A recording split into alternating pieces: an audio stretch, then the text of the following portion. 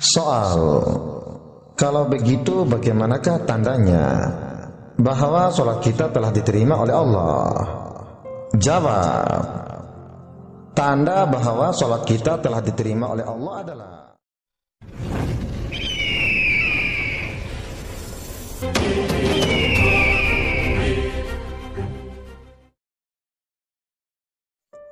Bismillahirrahmanirrahim. Assalamualaikum warahmatullahi wabarakatuh. Segala puji bagi Allah Tuhan semesta alam. Sekarang aku mau berbagi sedikit ilmu pengetahuan tentang bagaimanakah tanda-tandanya bahwa sholat kita itu telah diterima oleh Allah atau tidak. Sadarilah olehmu, pengetahuan tentang bagaimanakah tanda-tandanya bahwa sholat kita diterima atau tidak adalah sebuah pengetahuan yang wajib diketahui oleh semua orang, khususnya bagi kita yang beragama Islam. Sebab masalah ini bukanlah masalah sepele atau masalah kecil. Dalam sebuah hadis Rasulullah SAW bersabda, sesungguhnya amal yang pertama kali dihisab pada seorang hamba pada hari kiamat adalah sholatnya. Hadis riwayat Tirmizi. Untuk itu, jika kalian benar-benar mau mengetahui sholat kalian selama ini sudah diterima oleh Allah atau belum, silakan kalian dengarkanlah penjelasanku ini sampai selesai agar tidak gagal paham. Soal, dari manakah kita dapat mengetahui dan merasakan tanda-tanda bahwa suatu amal ibadah kita itu telah diterima oleh Allah atau belum? Jawab, barang siapa yang dapat merasakan buah dari amalnya sekarang di dunia, dia akan menjadi bukti diterima amalnya kelak di akhirat. Soal, apakah arti buah dari amal? Jawab, buah dari amal adalah kesan yang lahir dari amal kebaikan yang dilakukan. Kesan itulah yang menjadi tanda untuk menunjukkan sama ada amal seseorang itu diterima oleh Allah atau tidak. Dan banyak ayat Al-Quran dan hadis Rasulullah SAW yang menceritakan tentang tanda-tanda yang boleh dibuat ukuran tentang amal yang dilakukan. Soal, kalau begitu bagaimanakah tandanya bahwa sholat kita telah diterima oleh Allah? Jawab, tanda bahwa sholat kita telah diterima oleh Allah adalah sholat yang mendekatkan orang yang melakukannya kepada Allah.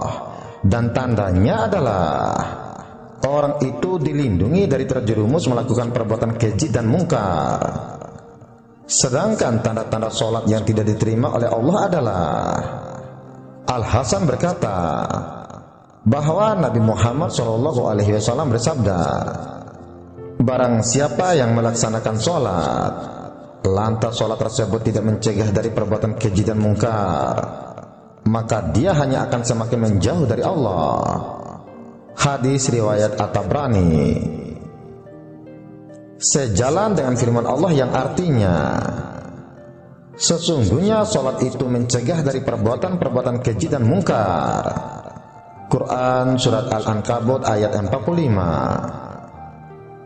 Jika ada seseorang itu yang kelihatannya rajin mengerjakan sholat, namun dia masih suka membicarakan keburukan orang lain, masih suka iri hati, benci, dendam, dan lain-lain sebagainya, sudah pasti itu pertanda sholatnya tidak diterima oleh Allah Subhanahu wa Ta'ala. Dan sholat orang seperti inilah yang dikatakan oleh Allah dengan orang-orang yang lalai, seperti bunyi firman-Nya yang artinya, maka celakalah orang yang sholat, yaitu orang-orang yang lalai terhadap sholatnya. Al-Quran Surat Al-Ma'un ayat 4-5. Dan tahu nggak bahaya bagi orang yang lalai? Orang yang lalai itu diancam oleh Allah dengan firman-Nya, dan sesungguhnya kami jadikan untuk isi neraka jahanam kebanyakan dari jin dan manusia. Mereka mempunyai hati, tetapi tidak dapat dipergunakannya untuk memahami ayat-ayat Allah. Dan mereka mempunyai mata, tetapi tidak dipergunakannya untuk melihat tanda-tanda kekuasaan Allah. Dan mereka mempunyai telinga, tetapi tidak dipergunakan untuk mendengarkan ayat-ayat Allah. Mereka itu seperti binatang ternak, bahkan mereka lebih sesat lagi. Mereka itulah orang-orang yang lalai. Al-Quran Surat Al-A'raf ayat 179. Artinya, apalah artinya kita mengerjakan ibadah sholat jika tingkah lakunya, ucapannya, dan perbuatannya masih suka menyakiti hati orang lain, masih suka iri hati, sombong, takabur, merasa suci, merasa pintar, merasa alim, dan lain-lain sebagainya. Dan inilah yang dikatakan oleh sufi, orang-orang yang tidak khusyuk di dalam sholatnya, yaitu mereka menunaikan sholat hanya sekedar menggugurkan kewajiban saja, atau jasadnya sholat, tetapi batinnya tidak. Pertanyaan, apakah itu khusyuk? Jawab, khusyuk adalah upaya mengarahkan segenap pikiran dan hati hanya kepada Allah Subhanahu wa Ta'ala. Dan khusyuk adalah suatu kondisi di mana antara ucapan, pikiran, dan suasana hati berada dalam keadaan sama, yang artinya ucapannya sesuai dengan perbuatannya, bukan hanya sekadar mulut membaca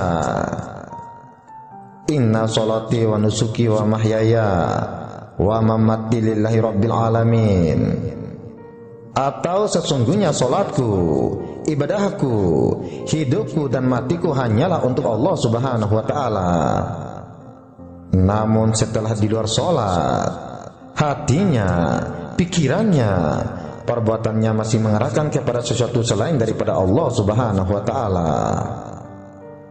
Soal, di manakah letak khusyuk bagi sufi? Jawab, letaknya khusyuk yang sebenarnya bagi sufi itu adalah bukan di saat kita sedang melakukan sholat, namun hakikat letaknya khusyuk itu berada di luar sholat, yang maksudnya terjahirnya segala perbuatan, bacaan atau ucapan yang kita lafalkan di saat mengerjakan sholat dan nyata di dalam kehidupan kita sehari-hari. Disitulah baru dikatakan orang yang khusyuk dalam sholatnya. Dan orang yang tidak mengerjakan hakikat khusyuk, maka itulah yang dikatakan orang yang lalai dalam sholatnya, yaitu sholat yang tidak bisa mencegah dirinya dari perbuatan keji dan mungkar. Dan khusyuk inilah hakikat dari maksud hadis yang mengatakan, sesungguhnya amal yang pertama kali dihisab dari seorang hamba pada hari kiamat adalah sholatnya. Hadis riwayat Tirmizi. Jadi maksud hadis ini menurut sufi adalah bukan hanya sekadar dilihat dan dinilai dari rajin atau tidaknya seseorang itu mengerjakan sholat, namun lebih tertuju kepada zahirnya sholat itu dalam kehidupan sehari-hari. Contohnya begini, kita akan mulai dari gerakan sholat atau perbuatan dalam sholat. Misalnya, jika seseorang itu masih suka merasa dirinya pintar, merasa dirinya hebat, berilmu, sombong, takabur, dan seterusnya, apalah artinya sujudnya di dalam sholat? Coba kalian perhatikan baik-baik. Bukankah di saat orang itu sujud, kepalanya berada di bawah lantai? Soal, apakah hakikat maksud di balik perintah sujud? Jawab, hakikat perintah sujud dalam sholat itu adalah secara tidak langsung memerintahkan kepada semua umat manusia untuk meletakkan ilmunya, kepintarannya, kehebatannya, kekuasaannya, ketinggian dirinya di bawah telapak kakinya atau di bawah lantai, dan tanamkanlah dirimu di dalam bumi, maka jati dirimu akan terungkap tanpa kata-kata. Dan jangan pernah merasa tawadu. Siapa yang merasa dirinya tawadu, berarti dia sombong. Karena tawadu tidak muncul dari orang yang merasa mulia. Maka dari itu, ketika kau merasa mulia, berarti kau telah sombong. Sujud dalam sholat itu bukan hanya setakat gerakan, namun sujud itu mengandung makna yang dalam. Ketahuilah, yang harus kita letakkan di bawah lantai itu bukan jidat, tetapi kepala kita beserta semua yang ada di dalamnya, yaitu akal kita, hati kita, pikiran kita, ilmu kita, kehebatan kita, kekuasaan kita, dan seterusnya. Karena letaknya kepintaran semua manusia itu ada di dalam kepalanya, maka dari itu diperintahkan manusia untuk sujud atau meletakkan kepalanya di bawah lantai. Jika dihitung secara otomatis dalam 5 kali sholat fardu 1 hari 1 malam tersebut, setiap muslim akan melaksanakan 34 kali sujud dalam jumlah 17 rakaat. Subuh 2 rakaat, zuhur 4 rakaat, asar 4 rakaat, maghrib 3 rakaat, dan isya 4 rakaat. Coba saja kita bayangkan, 1 hari 1 malam jumlah sujudnya ada sebanyak 34 kali.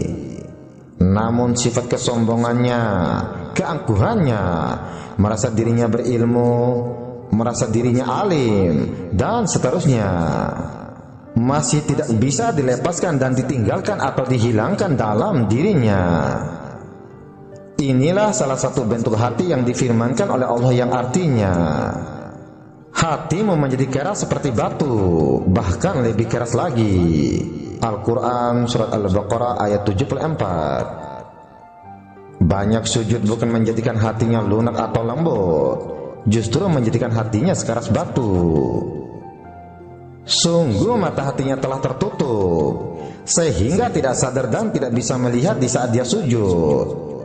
Mohon maaf sebelumnya, pantatnya atau bokongnya lebih tinggi dari kepalanya.